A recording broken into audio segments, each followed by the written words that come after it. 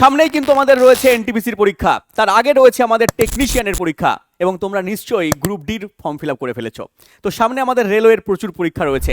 এই রেলওয়েকে টার্গেট করে রেলওয়ের বিগত বছরে আসা প্রশ্ন, মানে রিসেন্ট পরীক্ষা 2025-এ 2024-এ যে প্রশ্নগুলো রেলওয়ে দিয়েছে সেগুলো আজকে সলভ করব। শুধু সলভ করব না, তার সঙ্গে সঙ্গে প্রত্যেকটা কোশ্চেনের পিছনে থাকা কনসেপ্ট আমরা জানবো, যাতে কিনা আগামী দিনের পরীক্ষায় আমাদের অনেক সাহায্য হয়। তো চলো শুরু করি আজকের প্রথম প্রশ্ন। দেখো স্ক্রিনে রয়েছে প্রথম প্রশ্ন, এনটিপিসি 2025। এই প্রশ্নটা আগের দিন ক্লাসে আমি এইচডব্লিউ দিয়েছিলাম। যারা আগের ক্লাসটা করনি তারা আগের ক্লাসটা করবে।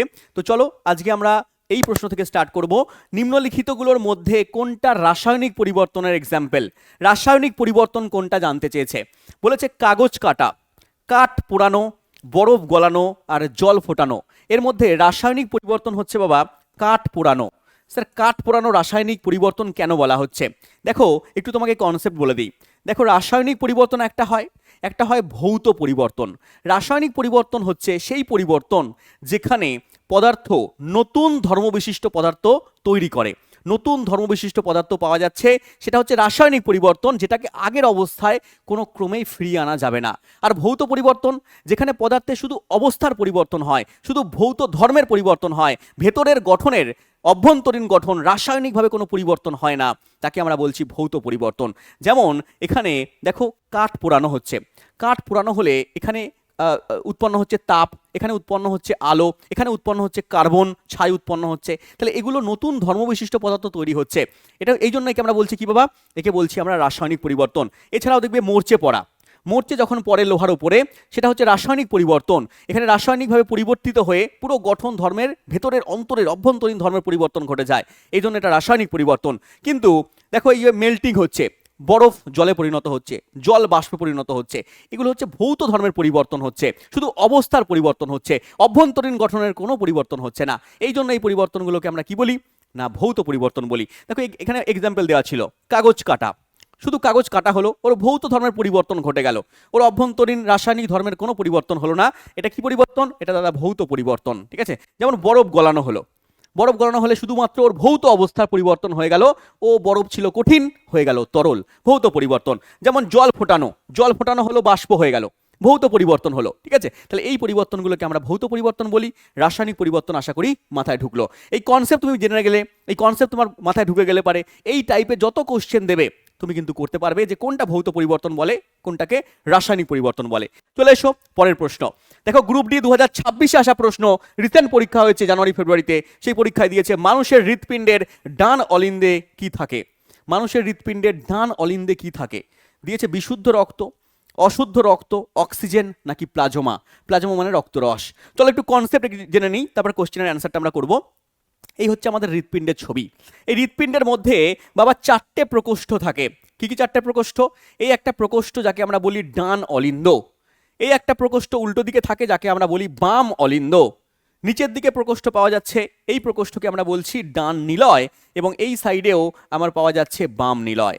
তাহলে দুটো অলিন্দ পাচ্ছি, দুটো নিলয় পাচ্ছি, ডান অলিন্দ বাম অলিন্দ, ডান নিলয় বাম নিলয়। ক্লিয়ার? 4 প্রকোষ্ঠ যুক্ত আমাদের হৃৎপিণ্ড। এবারে এই রক্ত আমাদের সারা শরীর দিয়ে, সারা শরীরের মধ্যে দিয়ে শিরার মাধ্যমে কার্বন ডাই অক্সাইড যুক্ত রক্ত প্রথমে হৃৎপিণ্ডে আসে। স্যার সারা শরীর দিয়ে কি করে আসে? দেখো নিচের পার্ট দিয়ে নিম্ন মহাশিরা আছে, এখান দিয়ে আসছে। ওপরের পার্ট দিয়ে ঊর্ধ্ব মহাশিরা আছে, এখান দিয়ে আসছে। আর একটা আছে করোনারি সাইনাস, করোনারি শিরা, সেখান দিয়ে রক্ত আসছে। স্যার কোথায় আসবে? প্রথমে আসবে এই ডান অলিন্দে। এই ডান অলিন্দে তাহলে যে রক্তটা আসছে শিরার মাধ্যমে, নিম্ন মহাশিরা, নিচের পার্ট দিয়ে নিম্ন মহাশিরা, উপরের পার্ট দিয়ে ঊর্ধ্ব মহাশিরা, আর হৃৎপিণ্ড থেকে রয়েছে করোনারি শিরা, এর মাধ্যমে কার্বন ডাই অক্সাইড যুক্ত রক্ত ঢুকবে প্রথমে ডান অলিন্দের মধ্যে। তাহলে এটা ঢুকছে কি? কার্বন ডাই অক্সাইড যুক্ত রক্ত। এটাকে আমরা অশুদ্ধ রক্ত বলছি।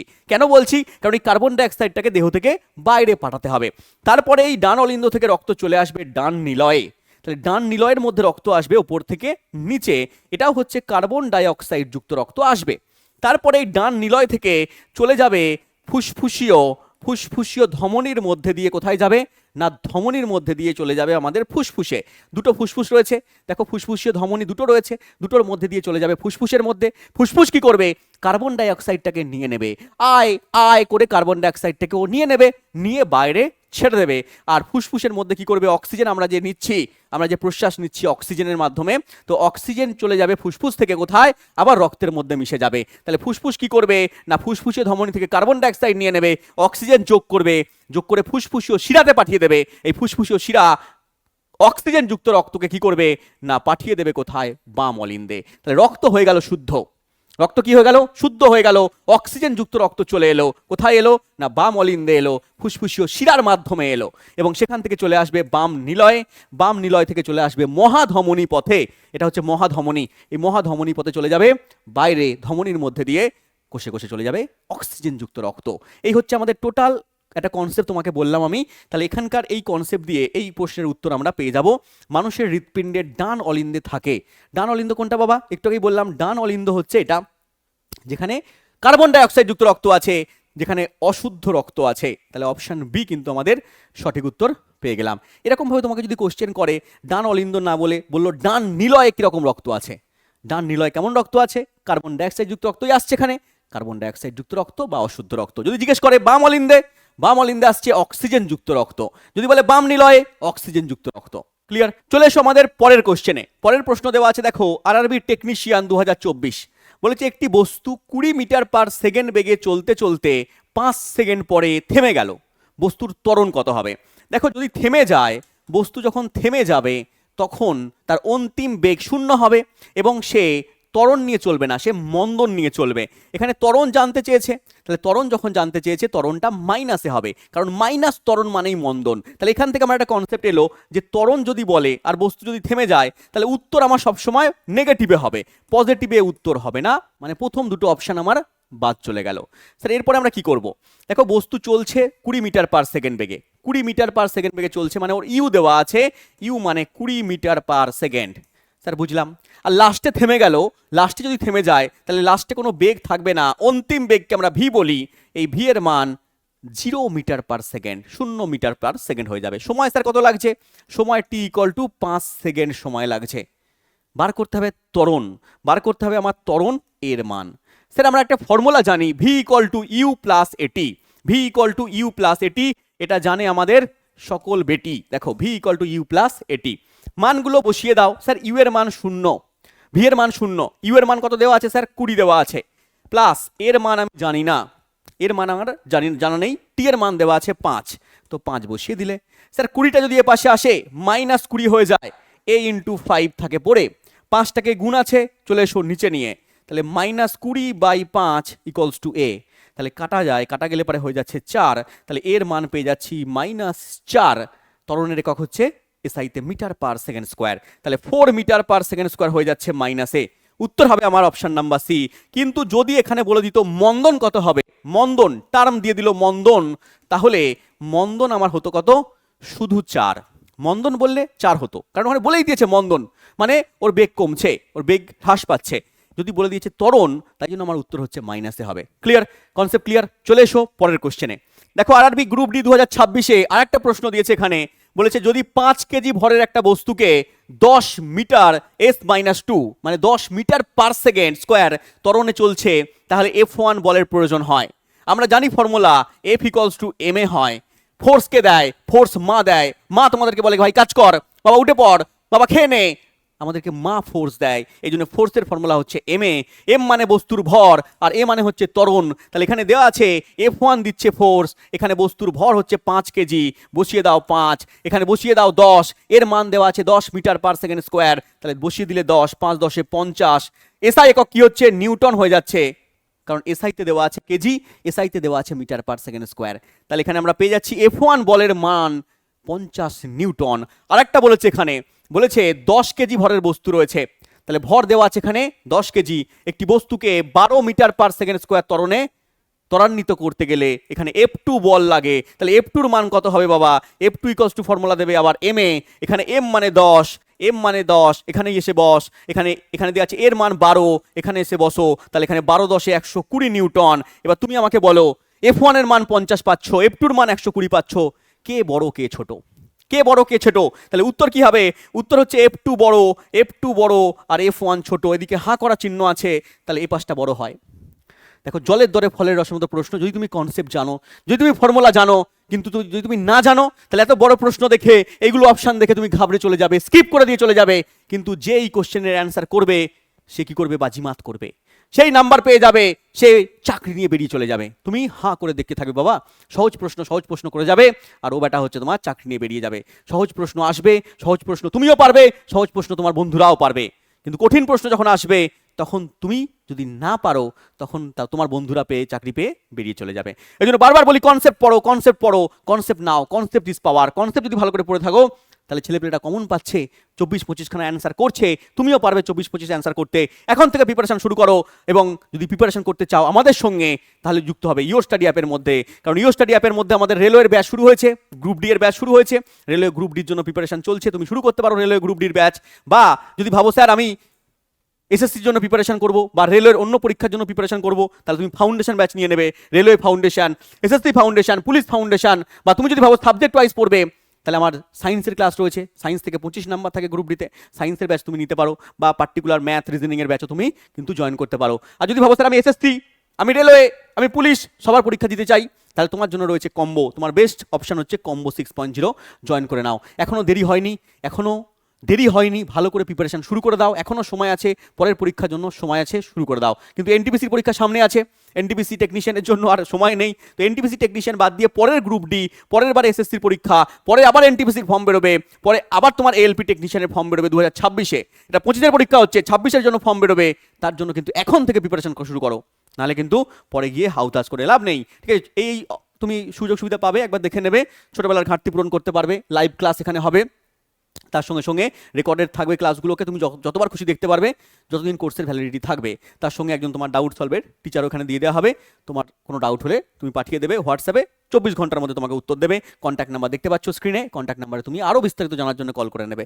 চলে আসো আমাদের পরের কোশ্চেনে, যে আছে অক্সিজেনের আণবিক ভর কত স্যার? অক্সিজেনের আণবিক ভর কত? দেখো, অক্সিজেন মানে হচ্ছে O2। আমরা জানি অক্সিজেন এর অণু হচ্ছে O2 হয়, এবং একটা অক্সিজেনের পারমাণবিক ভর দেওয়া আছে 15.999, এটাকে 16 ধরা হয়, এবং ধরলে এখানে 16, একটা অক্সিজেন পরমাণু 16, দুটো দেওয়া আছে, তাই 16 দুগুণে 32 গ্রাম। আমার উত্তর চলে আসবে অপশান নাম্বার আমার এ, সঠিক উত্তর।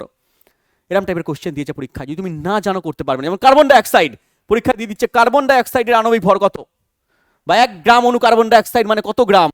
তখন তোমাকে কি করতে হবে? কার্বন মানে মনে রাখবে 12 গ্রাম, অক্সিজেন হচ্ছে 16, 16 দুগুণে 32, তাহলে 12 + 32 করে দেবে, চলে আসবে আমাদের 44 গ্রাম। তোমাকে জিজ্ঞেস করছে জলের আণবিক ভর কত, পরীক্ষা দিয়েছে কোশ্চেন জলের আণবিক ভর, বলো। H2O, জল।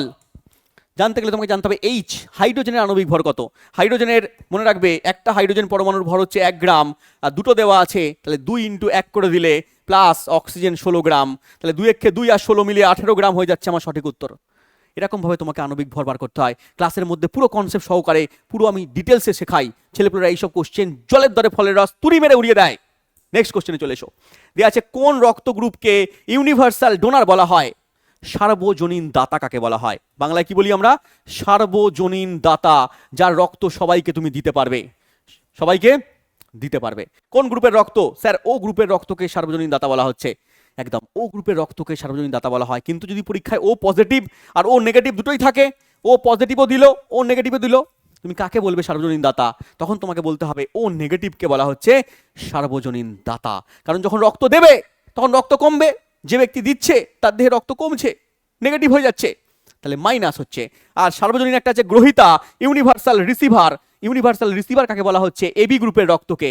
আর এবির মধ্যে এবি পজিটিভকে বলা হচ্ছে, কারণ যে রক্ত গ্রহণ করছে, রক্ত যখন নিচ্ছে, রিসিভ করছে, তখন কি হচ্ছে? রক্ত বেড়ে যাচ্ছে, পজিটিভ হয়ে যাচ্ছে। তাহলে মনে রাখবে পজিটিভ, এইভাবে কনসেপ্ট তুমি মনে রাখবে। মনে রাখার জন্য যে নিচ্ছে তার রক্ত বাড়ছে বাড়ছে বাড়ছে, তাহলে সে ইউনিভার্সাল রিসিভার হচ্ছে পজিটিভ, এবি পজিটিভ। আর যে দিচ্ছে রক্ত কমে যাচ্ছে, নেগেটিভ, ও নেগেটিভ। ঠিক আছে। আর স্যার এই যে রক্তের গ্রুপ, এটা কে আবিষ্কার করেছেন, কোন বিজ্ঞানী? মনে রাখবে রক্তের গ্রুপ আবিষ্কার করেছেন কার্ল ল্যান্ডস্টেইনার। এই কোশ্চেনও পরীক্ষায় দিয়েছে, কার্ল ল্যান্ডস্টেইনারের নাম পড়ে রাখবে।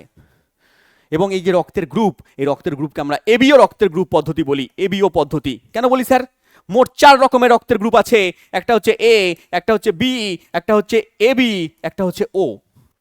এর মধ্যে আবার কি আছে? Positive negative. তাহলে টোটাল 8 রকমের হয়ে যাচ্ছে, টোটাল 8 রকম, এ পজিটিভ এ নেগেটিভ। প্রথমে 4 রকম ছিল, পরে 8 রকম হয়েছে পজিটিভ নেগেটিভ, তাহলে এখানে হচ্ছে B positive B negative, A B positive A B negative, O positive O negative.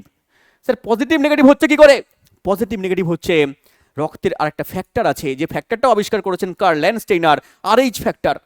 এই আরএইচ ফ্যাক্টর যাদের মধ্যে আছে সে হচ্ছে পজিটিভ, আর আরএইচ ফ্যাক্টর যার মধ্যে নেই সে হচ্ছে নেগেটিভ, মনে রাখবে। চলে আসো পরের কোশ্চেনে। স্যার বিবর্তন তত্ত্ব প্রবর্তন করেছেন কোন বিজ্ঞানী? বিবর্তন তত্ত্ব, উত্তর হয়ে যাবে আমাদের এখানে ডারউইন। চার্লস ডারউইন হচ্ছে বিবর্তনবাদের জনক, বা আমরা একে বলি অভিব্যক্তির জনক। বিবর্তন বা অভিব্যক্তির জনক কাকে বলা হচ্ছে? না, চার্লস ডারউইনকে বলা হচ্ছে। স্যার চার্লস ডারউইন অভিব্যক্তির কি কি মতবাদ দিয়েছেন? অভিব্যক্তির মতবাদ দিয়েছেন অস্তিত্বের জন্য সংগ্রাম, অস্তিত্বের জন্য সংগ্রাম মতবাদ দিয়েছেন, দিয়েছেন ভেদ বা প্রকরণ। এইসব মতবাদগুলো কে দিয়েছেন? না, চার্লস ডারউইন। কি কি দিয়েছেন মনে রাখবে? অস্তিত্বের জন্য সংগ্রাম পড়বে, এগুলো সব আমি ডিটেলসে পড়াই, ক্লাসের মধ্যে ডিটেলসে পড়াই। অস্তিত্বের জন্য সংগ্রাম, এই সংগ্রাম আবার 3 রকম হয়, একটা অন্তঃপ্রজাতির সংগ্রাম, একটা আন্তঃপ্রজাতির সংগ্রাম, একটা পরিবেশের সঙ্গে সংগ্রাম, একটা রয়েছে ভেদ বা প্রকরণ। খুব খুব ইম্পর্টেন্ট। এনার লেখা বইয়ের নাম পরীক্ষায় দিয়ে দেয় যে চার্লস ডারউইনের লেখা বইয়ের নাম কি? দ্য অরিজিন অফ স্পিসিস, মনে রাখবে, the origin of species by means of natural selection, তার বইয়ের নাম। চলে এসো, এবার লেখা আছে এখানে ল্যামার্ক। ল্যামার্কের লেখা বইয়ের নামও পরীক্ষায় দিয়ে দেয়। ল্যামার্কের লেখা বইয়ের নাম পড়ে রাখবে ফিলোজফিক, ফিলোজফিক জুওলজিক। ফিলোজফিক জুওলজিক হচ্ছে ল্যামার্কের লেখা বইয়ের নাম। স্যার ইনি কি করেছেন? ইনিও অভিব্যক্তি সম্পর্কে মতবাদ দিয়েছেন, কিন্তু ডারউইনের আগে দিয়েছেন। ডারউইনকে বলা হচ্ছে অভিব্যক্তির জনক, ডারউইনের আগে একজন মতবাদ দিয়েছেন, তার নাম হচ্ছে ল্যামার্ক। স্যার ইনি কি মতবাদ দিয়েছেন? ইনি দিয়েছেন ব্যবহার অব্যবহারের সূত্র। ইনি দিয়েছেন ব্যবহার অব্যবহারের সূত্র। ইনি কি দিয়েছেন? ইনি দিয়েছেন অর্জিত বৈশিষ্ট্যের বংশানুসরণ বা উত্তরাধিকার, অর্জিত বৈশিষ্ট্যের উত্তরাধিকার, এই মতবাদগুলো দিয়েছেন। এগুলো ডিটেলসে এখানে যেহেতু সময় নেই আমি বলতে পারছি না, যখন আমি পুরো অভিব্যক্তির কনসেপ্টের ক্লাস করাবো তখন এগুলো আমি বলবো, ঠিক আছে? চলে এসো পরের কোশ্চেনে। পরের কোশ্চেন দেওয়া আছে এখানে আমাদের 220 ভোল্ট লাইনে 1100 ওয়াট, 220 ভোল্ট লাইনে 1100 ওয়াট হিটার ব্যবহার করলে এর বৈদ্যুতিক প্রবাহ কত হবে? কারেন্ট কত হবে? দেখো অঙ্ক বারবার পরীক্ষায় দেখতে পাবে। 220 ভোল্ট মানে ভি দেওয়া আছে, ভি দেওয়া আছে কত? 220 ভোল্ট। দেওয়া আছে এখানে 1100 ওয়াট, ওয়াট মানে কি? পাওয়ার, ক্ষমতা। ক্ষমতা দেওয়া আছে কত এখানে? 1100 ওয়াট। বার করতে কি হবে? আই। ঠিক আছে, দেখো ভালো করে ভাই, বার করতে হবে আমাকে আই। আমরা ফর্মুলা জানি P equals to V I, P equals to V into I. তাহলে I equals to P by V. দাও মান বসিয়ে, এখানে পি এর মান দেওয়া আছে 1100, এখানে দেওয়া আছে এখানে 220। 0 0 কাটো, 11 দিয়ে কাটলে কত আসবে এখানে আমার? 5। তাহলে এখানে হয়ে যাবে আমার 5 অ্যাম্পিয়ার। 5 অ্যাম্পিয়ার উত্তর অপশন নাম্বার বি। দেখো যারা এখনো এই সমস্ত কনসেপ্ট বুঝতে পারছো না যে sir P equal to VI formula হয়, P equal to V square by R formula হয়, P equal to I square R formula হয়, তাদেরকে বলবো কনসেপ্ট পড়ো, বেসিক থেকে পড়ো, যেখান থেকে খুশি পড়ো। তুমি আমার কাছ থেকে পড়তে পারো, তুমি ইওর স্টাডি থেকে পড়তে পারো, তুমি অন্য কোথা থেকে পড়তে পারো, তুমি বাড়িতে পড়তে পারো, অন্য স্যারের কাছ থেকে পড়তে, কিন্তু বেসিক কনসেপ্ট পড়ো। কনসেপ্ট যদি না পড়ো তাহলে তুমি করতে পারবে না, ঠিক আছে? তাহলে তোমার এই কম্পিটিশনের যুগে দাঁড়িয়ে তোমাকে ছেলেপিলে ছুঁড়ে ফেলে দেবে, ঠিক আছে? তুমি এখানে কোনো কুল কিনারা পাবে না, ঠিক আছে? ওই 50-60 নাম্বার পেয়ে কিছু হবে না ভাই, যদি তুমি 70 প্লাস 75 প্লাস 80 প্লাস না পাও। পরিষ্কার করে জেনে নাও, যদি তুমি এখনকার দিনে 75 প্লাস 80 প্লাস নাম্বার না পাও, তুমি কম্পিটিশন থেকে ছিটকে যাবে। শুনে নাও, ঠিক আছে? চলে এসো পরের কোশ্চেনে। দেখে নাও মাইটোকন্ড্রিয়া কি নামে পরিচিত? সহজ প্রশ্ন, জলের দরে ফলের রসের মতো প্রশ্ন। এই প্রশ্ন তুমিও পারবে, তোমার বন্ধু বান্ধব সবাই পারবে, কেউ পারবে না এমন কোনো ছেলেপুলে নেই যে একদম পড়াশোনা করবে না, সে হয়তো না পারতে পারে। স্যার কোষের শক্তিঘর বলা হচ্ছে, একদম কোষের শক্তিঘর বলা হচ্ছে মাইটোকন্ড্রিয়াকে, পাওয়ার হাউস অফ সেল। আর এটিপিকে কি বলা হয়? এটিপিকে কি বলা হচ্ছে? এনার্জি কারেন্সি বলা হচ্ছে। অ্যাডিনোসিন ট্রাইফসফেট, একে বলা হচ্ছে অ্যাডিনোসিন ট্রাইফসফেট এনার্জি কারেন্সি, মনে রাখবে, এটাও পরীক্ষায় কিন্তু দিচ্ছে। কোষের মস্তিষ্ক, কোষের মস্তিষ্ক নিউক্লিয়াসকে বলা হচ্ছে, তাহলে নিউক্লিয়াসকে বলা হয় কোষের মস্তিষ্ক। কোষ প্রাচীর, কোষ প্রাচীর কোথায় আছে? শুধুমাত্র উদ্ভিদ কোষের মধ্যে আছে, উদ্ভিদ কোষের মধ্যে আছে, প্রাণী কোষের মধ্যে নেই।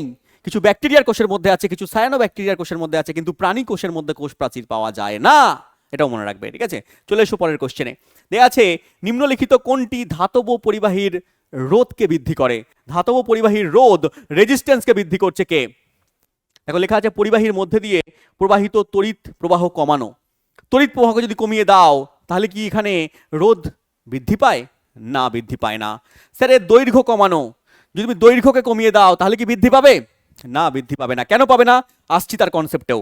বলেছে উচ্চ পরিবাহিতার উপাদান ব্যবহার করলে, আর একটা নিচের প্রস্থচ্ছেদের ক্ষেত্রফল কমানো হলে, একদম অপশন নাম্বার ডি সঠিক উত্তর হবে।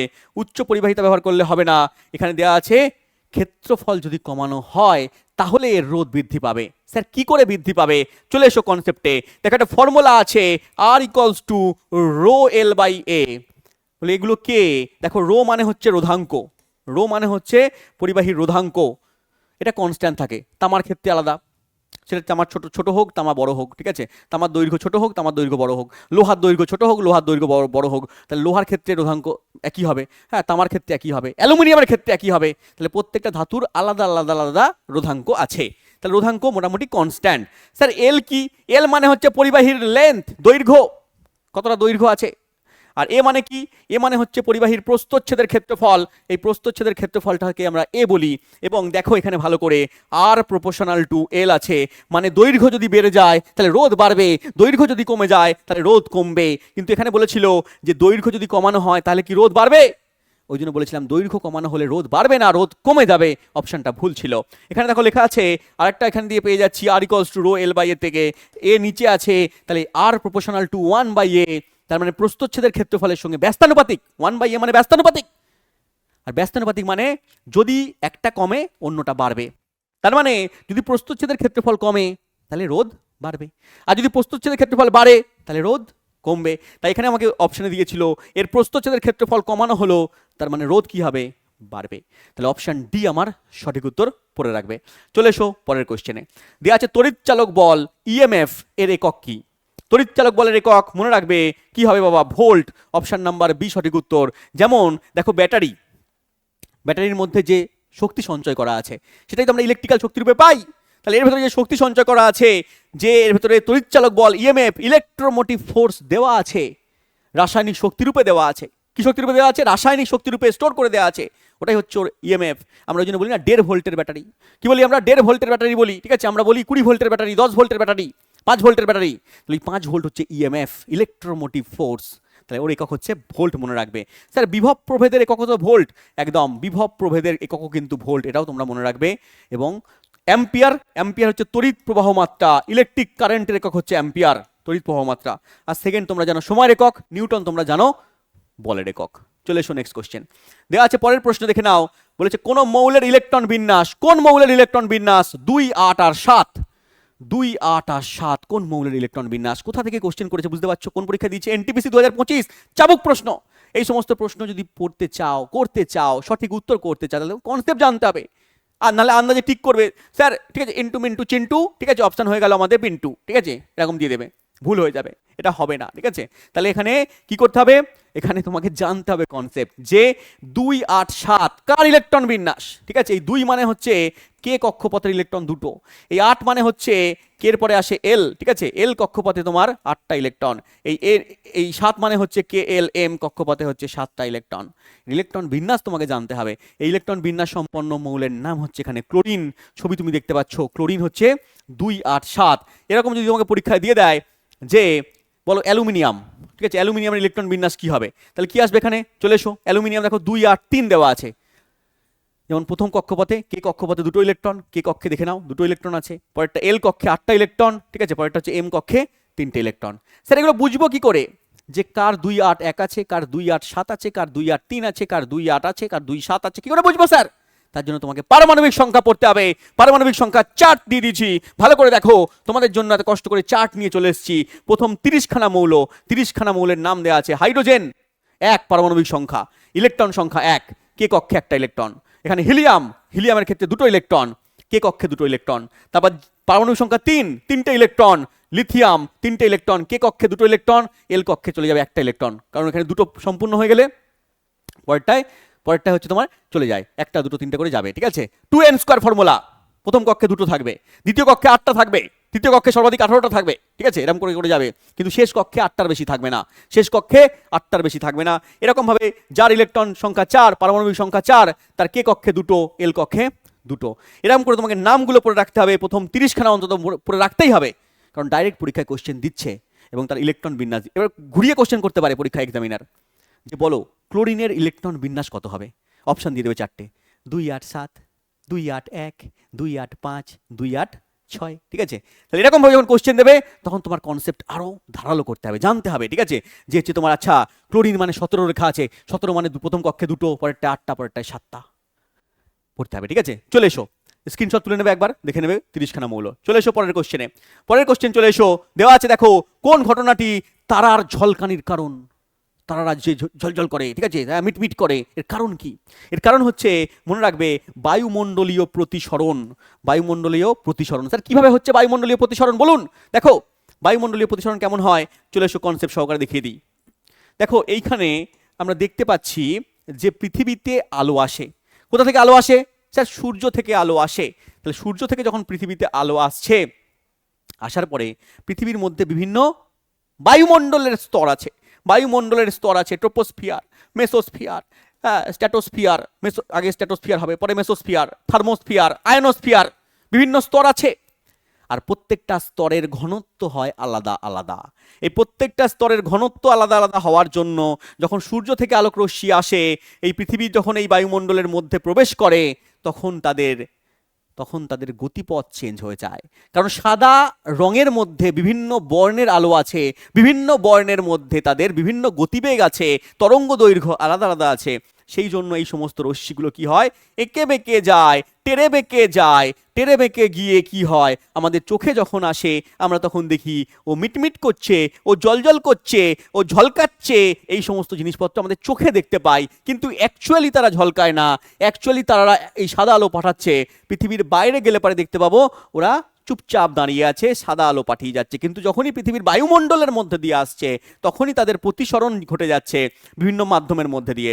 প্রতিসরণ হচ্ছে এমন একটা জিনিস, আলোর একটা ঘটনা, আলোর একটা ধর্ম, যে ধর্মের মাধ্যমে আলো কি করে, একটা ঘনত্বের মাধ্যম থেকে যখন অন্য ঘনত্বের মাধ্যমে যায়, তখন কি হয়, তখন হচ্ছে আলোক রশ্মি গতিপথ চেঞ্জ করে। যখন ও ভিন্ন ঘনত্বের মাধ্যমে যায় আলোক রশ্মি, ও গতিপথ চেঞ্জ করে। যেমন বায়ুমণ্ডল থেকে যখন জলে আলোক রশ্মি যাবে, তখন গতিপথ চেঞ্জ হয়ে যাবে। আমরা যেমন জলের মধ্যে দেখবে কোনো একটা দণ্ডকে ডুবিয়ে দিলে, ঠিক আছে, লাঠিকে ডুবিয়ে দিলে, লাঠিটা একটু উঠে আছে বলে মনে হবে, উঠে আছে, এটা কি ধর্ম? প্রতিসরণ ধর্ম। তেমনইভাবে বায়ুমণ্ডলের মধ্যে দিয়ে আলোর প্রতিসরণ ধর্ম কাজ করে, আমরা জলজল বা মিটমিট করতে দেখতে পাই।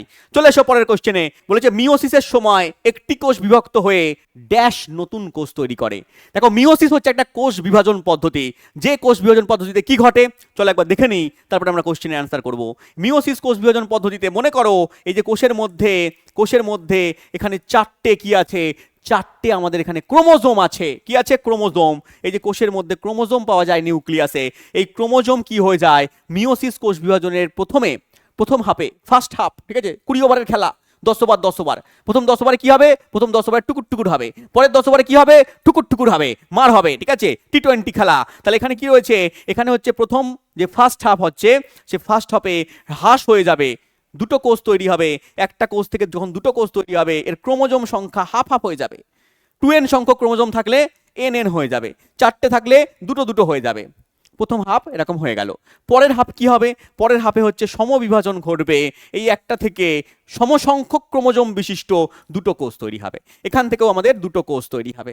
তাহলে মোট আমাদের 4টে কোষ, অন্তিমে গিয়ে 4টে কোষ তৈরি হবে, কিন্তু ক্রোমোজোম সংখ্যা মাতৃকোষে যেটা ছিল তার থেকে অর্ধেক অর্ধেক হয়ে যাচ্ছে। তাহলে এখানে আমরা পেয়ে গেলাম 4টে অপত্য কোষ তৈরি হবে, ক্রোমোজোম সংখ্যা অর্ধেক হয়ে যাবে।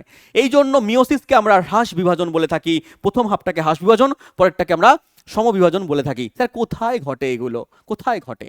এগুলো ঘটে মানুষের জনন কোষে বা জীবদেহের জনন কোষে, জনন অঙ্গের মধ্যে ঘটছে, শুক্রাশয় ডিম্বাশয়ের মধ্যে ঘটছে। তাহলে শুক্রাশয় ডিম্বাশয়ের মধ্যে যখন শুক্রাণু ডিম্বাণু উৎপন্ন হয়, তখন হচ্ছে এই হ্রাস বিভাজন ঘটে যায়।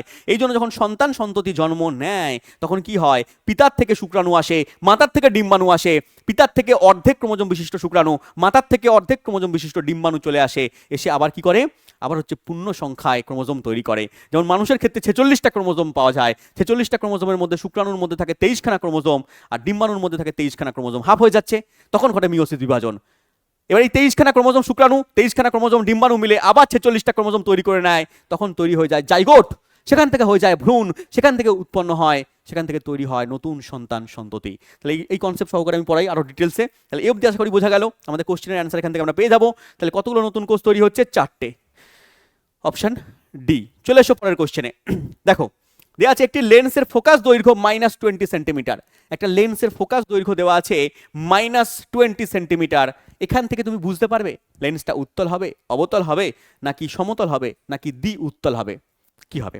দেখো যখনই মাইনাস সিম্বল থাকবে তখন মনে রাখবে লেন্সের সিম্বল যখনই মাইনাস হবে তখনই তুমি বলবে এটা অবতল লেন্স। স্যার অবতল লেন্স কেমন হয়? দেখো অবতল লেন্স হচ্ছে এই লেন্স হচ্ছে অবতল লেন্স, যে লেন্সটা হচ্ছে দুটো গোলকের অংশ।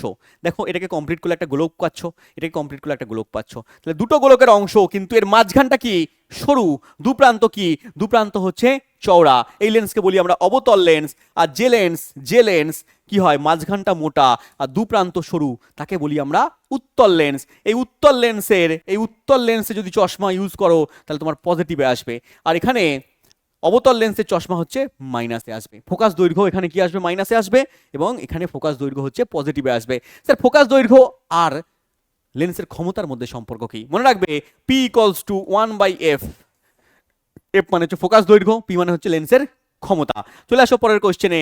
বলতে বলতে কোশ্চেন দিয়েছে যদি একটি লেন্সের ফোকাস দৈর্ঘ্য -25 সেন্টিমিটার হয়, ফোকাস দৈর্ঘ্য এফ দেওয়া আছে -25 সেন্টিমিটার, তাহলে লেন্সের ক্ষমতা কত হবে? দেখো একটু আগেই ফর্মুলা বললাম P = 1/f বাবা, তাহলে এখানে এফটা মনে রাখবে এখানে এফটা হচ্ছে মিটারে হচ্ছে, এফটা কিসে হচ্ছে মিটারে হচ্ছে, আর যদি 100 করো P = 100/f তাহলে এফটা হচ্ছে তোমার সেন্টিমিটারে আসবে, তাহলে এফটা কিসে আসবে তখন সেন্টিমিটারে আসবে, এটা হচ্ছে মিটারে আসবে। তাহলে এখানে দেওয়া আছে -25 সেন্টিমিটার, তাহলে আমি সেন্টিমিটারে দিয়ে করি, তাহলে এখানে 100/-25 এফ এর মান বসিয়ে দিলুম, তাহলে এখানে কি আসবে 25 দিয়ে কাটো 4, তাহলে এখানে পি এর মান আসবে -4, -4 কোথায় আছে -4 স্যার এখানে আছে -4d। Sir D D D D মানে কি স্যার? এই ডি মানে হচ্ছে ডায়াপ্টার, এটা লেন্সের ক্ষমতার একক, এটা হচ্ছে লেন্সের ক্ষমতার একক ডায়াপ্টার বলা হয়। আর মাইনাস সিম্বল দেওয়া আছে তার মানে কি? তার মানে স্যার অবতল লেন্স, স্যার মাইনাসে থাকলে অবতল লেন্স আর প্লাসে থাকলে কি স্যার উত্তল লেন্স। স্যার চলে এসো পরের কোশ্চেনে। পরের প্রশ্ন দিয়েছে নিম্নলিখিতগুলোর মধ্যে কোনটা দ্বিপরমাণুক প্রকৃতির? দ্বিপরমাণুক মানে কি?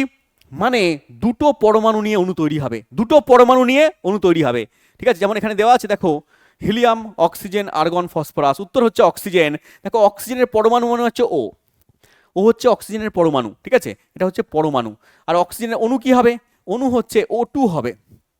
দুটো পরমাণু মিলে অণু তৈরি হচ্ছে। যেমন আরো এক্সাম্পল আছে নাইট্রোজেন, হ্যাঁ হাইড্রোজেন, এগুলো সব হচ্ছে তোমার দ্বিপরমাণুক। যেমন হিলিয়াম আছে এখানে দেওয়া, হিলিয়াম কিন্তু দ্বিপরমাণুক না, হিলিয়াম হচ্ছে He, এর পরমাণু হচ্ছে He একটা, এর অণুও হচ্ছে He, একখানা পরমাণু নিয়ে অণু তৈরি হচ্ছে। যেমন আর্গন হচ্ছে আর্গন, এখানে Arই হবে, একখানা পরমাণু নিয়ে একটা অণু তৈরি হচ্ছে। যত ধাতু আছে সবার ক্ষেত্রে একটা পরমাণু নিয়ে একটা অণু তৈরি হচ্ছে। যত নিষ্ক্রিয় মৌল আছে সবার ক্ষেত্রে একটা পরমাণু নিয়ে একটা অণু তৈরি হচ্ছে। তাহলে ওগুলো হচ্ছে এক পরমাণুক, আর এরা হচ্ছে দ্বিপরমাণু। যত বেশিরভাগ ক্ষেত্রে অধাতু আছে দ্বিপরমাণু। কিন্তু এই ফসফরাস আছে পি মানে ফসফরাস, কিন্তু পি এর যদি অণু বলো তাহলে এ হচ্ছে বহু পরমাণুক। যেমন P4, চারখানা পরমাণু নিয়ে অণু তৈরি হচ্ছে, চারটে পরমাণু নিয়ে, বাবা এত, হ্যাঁ এগুলো নিয়ে তৈরি হচ্ছে। তাহলে পরমাণু আর অণু এর ডিফারেন্স বোঝা গেল। পরমাণু স্বাধীন অবস্থায় থাকতে পারে না, অণু স্বাধীন অবস্থায় থাকতে পারে। চলে এসো পরের কোশ্চেনে। দেখো লেখা আছে এখানে এই যেমন Cl2, Br2, O2, F2 এগুলো সব হচ্ছে তোমার দ্বিপরমাণুক, নাম দেওয়া আছে দ্বিপরমাণুক। এগুলোর পরে রাখবে একবার করে রিডিং স্ক্রিনশট তুলে রাখবে। চলে এসো পরের কোশ্চেনে। দেখো একজন পর্টার 10 কেজি ওজনের একটি যাত্রী মাটি থেকে তুলে তার মাথার উপরে 1 মিটার উঁচুতে রাখলো। তাহলে একজন পর্টার 10 কেজি ওজনের একটি যাত্রী মাটি থেকে তুলে মাথার উপরে 1 মিটার উপরে রাখলো। তাহলে এখানে ওজন দেওয়া আছে এম এর মান দেওয়া আছে কত, ভর দেওয়া আছে 10 কেজি, এখানে দেওয়া আছে 1 মিটার উঁচুতে রাখলো, হাইট দেওয়া আছে হাইট H, তাহলে H দেওয়া আছে এখানে 1 মিটার। বলেছে রাখলে তার কৃতকার্য কত হবে, কোনো বাচ্চা টাচ্চাকে রেখেছে মাথার উপরে, ঠিক আছে? হ্যাঁ, তাহলে এখানে জি এর মান দেওয়া আছে, জি মানে অভিকর্ষজ ত্বরণ, এই জি মানে হচ্ছে অভিকর্ষজ ত্বরণ, এখানে 9.8 ধরা হয়, বা এখানে 10 মিটার পার সেকেন্ড স্কোয়ার ধরা হয়। স্যার কিসের ফর্মুলা দেবো আমরা? mgh, স্থিতিশক্তি। এই স্থিতিশক্তি এখানে ও কাজ করছে, নিজের মধ্যে শক্তিটাই ও এখানে কাজ করাচ্ছে, তাহলে এখানে mgh। আচ্ছা জি এর মান দেয়নি, অপশনে জি রেখে দিয়েছে, তাহলে mgh যদি ফর্মুলা দাও, জি এর মান বসাতে বারণ করে দাও, তাহলে এম এর মান দেওয়া আছে এখানে 10, ভাই তুই বস, জি এর মান থাকবে জি, এইচ এর মান 1, এদিকে দেখ, তাহলে এখানে 10g, অপশন নাম্বার এখানে হয়ে যাচ্ছে এ। উত্তর দিয়েছে কে? অপশন নাম্বার এ উত্তর দিচ্ছে কে? টেকনিশিয়ান 2024।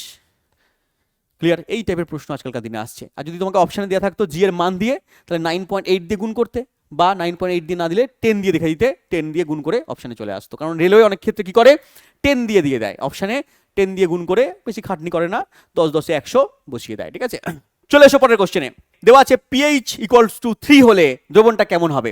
যার পিএইচ এর মান 3 সেই দ্রবণটা কিরকম হবে? একটু কনসেপ্ট জেনে নাও। দেখো পিএইচ কি হয়, পিএইচ হচ্ছে একটা স্কেল হয়। এই পিএইচ স্কেলের মধ্যে মাঝখানে থাকে 7, এদিকে থাকে একটা হাত যেখানে 0 অবধি থাকে, এদিকে থাকে একটা হাত যেখানে 14 অবধি থাকে। এই মাঝখানে 7-এর আগে 6 আছে, 5 আছে, 4 আছে, 3 আছে, 2 আছে, 1 আছে, 0 আছে। 7-এর পরে 8, 9, 10, 11, 12, 13, 14 আছে। ঠিক আছে, এরকম করে ঘর কাটা আছে। যে দ্রবণের পিএইচ এর মান 7, তাহলে বুঝতে পারবে এটা প্রশম হবে। এটা কি হবে? প্রশম হবে। 7 থেকে যত কমতে কমতে যাবে সেই দ্রবণ তত অ্যাসিডিক নেচার হবে, অ্যাসিডিক ধর্ম বাড়বে। আর 7-এর যত বেশি হবে তত তার ক্ষারীয় ধর্ম বাড়বে, তত তার ক্ষারীয় ধর্ম বাড়বে। এবারে যত 7 থেকে কমতে কমতে আসছে, 7 থেকে এখানে 6, 4, 6, 5, 4 অবধি আসলো। এই 7 থেকে 4 অবধি আসছে। এর মধ্যে যার পিএইচ হবে তারা হচ্ছে মৃদু অ্যাসিড হবে। কি হবে? মৃদু অ্যাসিড হবে। এটা হচ্ছে মৃদু অ্যাসিড হচ্ছে। আর 4-এর থেকে যখন কমে যাবে, 4-এর থেকে 0 পর্যন্ত কমতে কমতে আসবে, তত থেকে হচ্ছে তোমার অ্যাসিডিক নেচার বাড়বে। তার মানে এগুলো হচ্ছে তীব্র অ্যাসিড হবে, এগুলো হচ্ছে তীব্র অ্যাসিড হয়ে যাবে। সেরকমভাবে 7 থেকে বাড়তে বাড়তে যাচ্ছে, 7 থেকে 10 অবধি, মোটামুটি 7 থেকে 10 অবধি, 8, 9, 10 এই অবধি এরা হচ্ছে মৃদু ক্ষার হবে, মৃদু ক্ষার। আর 10-এর পরে চলে যাবে, 10 থেকে 14 পর্যন্ত এরা হচ্ছে তীব্র ক্ষার হয়ে যাবে। ক্লিয়ার? তাহলে এখানে চেয়েছে পিএইচ এর মান যদি 3 হয় দ্রবণটা কেমন হবে? 4-এর থেকে কমতে কমতে গেলে বলেছি তীব্র অ্যাসিড হবে, তার মানে তীব্র বা শক্তিশালী অম্ল, অপশন নাম্বার সি। ক্লিয়ার? চলে এসো, দেখো একটা চার্ট তোমাকে দিয়েছি। এই চার্টের মধ্যে বিভিন্ন দ্রবণের পিএইচ এর মান লেখা আছে। একবার তুমি এখান থেকে স্ক্রিনশট তুলে দেখে নিতে পারো বিভিন্ন দ্রবণের পিএইচ এর মান কত কত হয়, এবং সেখান থেকে বুঝতে পারবে যে কোনটা নিউট্রাল, কোনটা অ্যাসিটিক, কোনটা ক্ষারীয়, কোনটা তীব্র ক্ষারীয়, কোনটা মৃদু ক্ষারীয়, কোনটা তীব্র অ্যাসিড, কোনটা মৃদু অ্যাসিড। চলে এসো পরের কোশ্চেনে। দেয়া আছে নিম্নলিখিত কোনটা কলোয়েডের ধর্ম নয়? কলোয়েড। চলে এসো একটু কনসেপ্ট জেনে নিই। দেখো দ্রবণ 3 রকম হয়, দ্রবণ 3 রকম হয়। একটা হচ্ছে প্রকৃত দ্রবণ, একটা হচ্ছে কলোয়েডীয় দ্রবণ, একটা হচ্ছে প্রলম্বন। 3 রকম দ্রবণ আমরা পাই। স্যার প্রকৃত দ্রবণে কি হয়?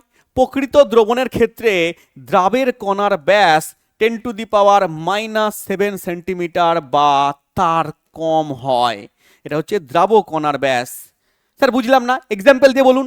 এক্সাম্পল হচ্ছে যেমন চিনি আর জল। জলের ভেতর চিনি গুলে যাবে, তাহলে চিনি গুলে গিয়ে যখন যাবে, সেই গুলে যাওয়া অবস্থায় চিনির যে ব্যাস হবে 10⁻⁻7 সেন্টিমিটার বা তার কম হবে। একদম পুরোপুরি গলিত অবস্থায় থাকবে, দেখতে পাবে না তুমি চিনি গুলে আছে, দেখা যাবে না, কিন্তু টেস্ট করলে বোঝা যাবে। হ্যাঁ মিষ্টি হয়েছে না, ঠিক আছে, তাহলে টেস্ট করলে বোঝা যাবে। তাহলে এরা হচ্ছে পুরোপুরি গলিত অবস্থায় রয়েছে। ঠিক আছে। আর কলোয়েডীয় দ্রবণে কি হচ্ছে? 10⁻⁻5 থেকে 10⁻⁻7 সেন্টিমিটারের মধ্যে থাকবে কলোয়েডীয় দ্রবণে দ্রাবের কণার ব্যাস।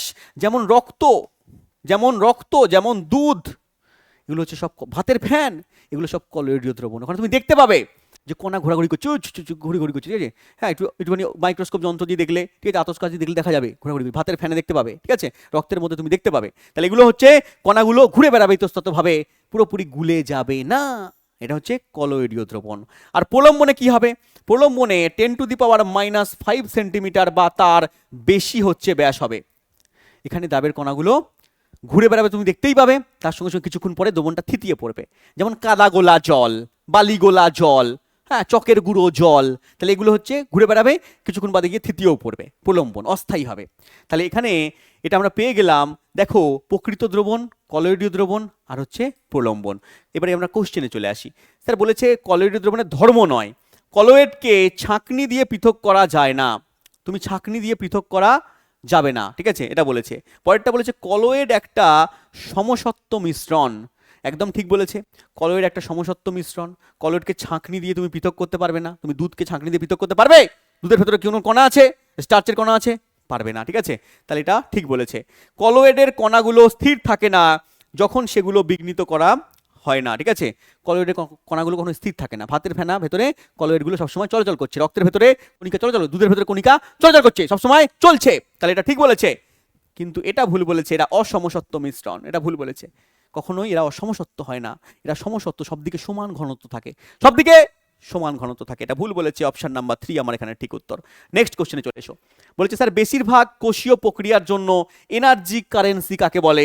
এনার্জি কারেন্সি কাকে বলা হচ্ছে এটা আমি অলরেডি বলে দিয়েছি। তুমি HW মানে কমেন্ট বক্সের মধ্যে আমাকে উত্তর দেবে। এই কোশ্চেনটার উত্তর কমেন্ট বক্সের মধ্যে আমি চাই, কারণ এই কোশ্চেনের উত্তর অলরেডি আমি বলে দিয়েছি। কমেন্ট বক্সের মধ্যে এর উত্তর দেবে। পরের দিন এই কোশ্চেন থেকে আমরা স্টার্ট করব 3 নম্বর প্র্যাকটিস সেট। যদি তোমাদের ক্লাস ভালো লাগে অবশ্যই কমেন্ট বক্সের মধ্যে লিখবে, এবং এই যে কোশ্চেন বলছি তার সঙ্গে সঙ্গে কনসেপ্ট বলছি তোমাদেরকে, প্রত্যেকটা কোশ্চেনের পিছনের কনসেপ্ট, এগুলো তোমাদের কেমন লাগছে যদি ভালো লাগে তাহলে অবশ্যই লিখবে। তাহলে পরের পার্ট, তারপরের পার্ট আস্তে আস্তে নিয়ে আসবো। দেখা হচ্ছে তাহলে পরের ক্লাসে, তখন ভালো থেকো। থ্যাংক ইউ, জয় হিন্দ।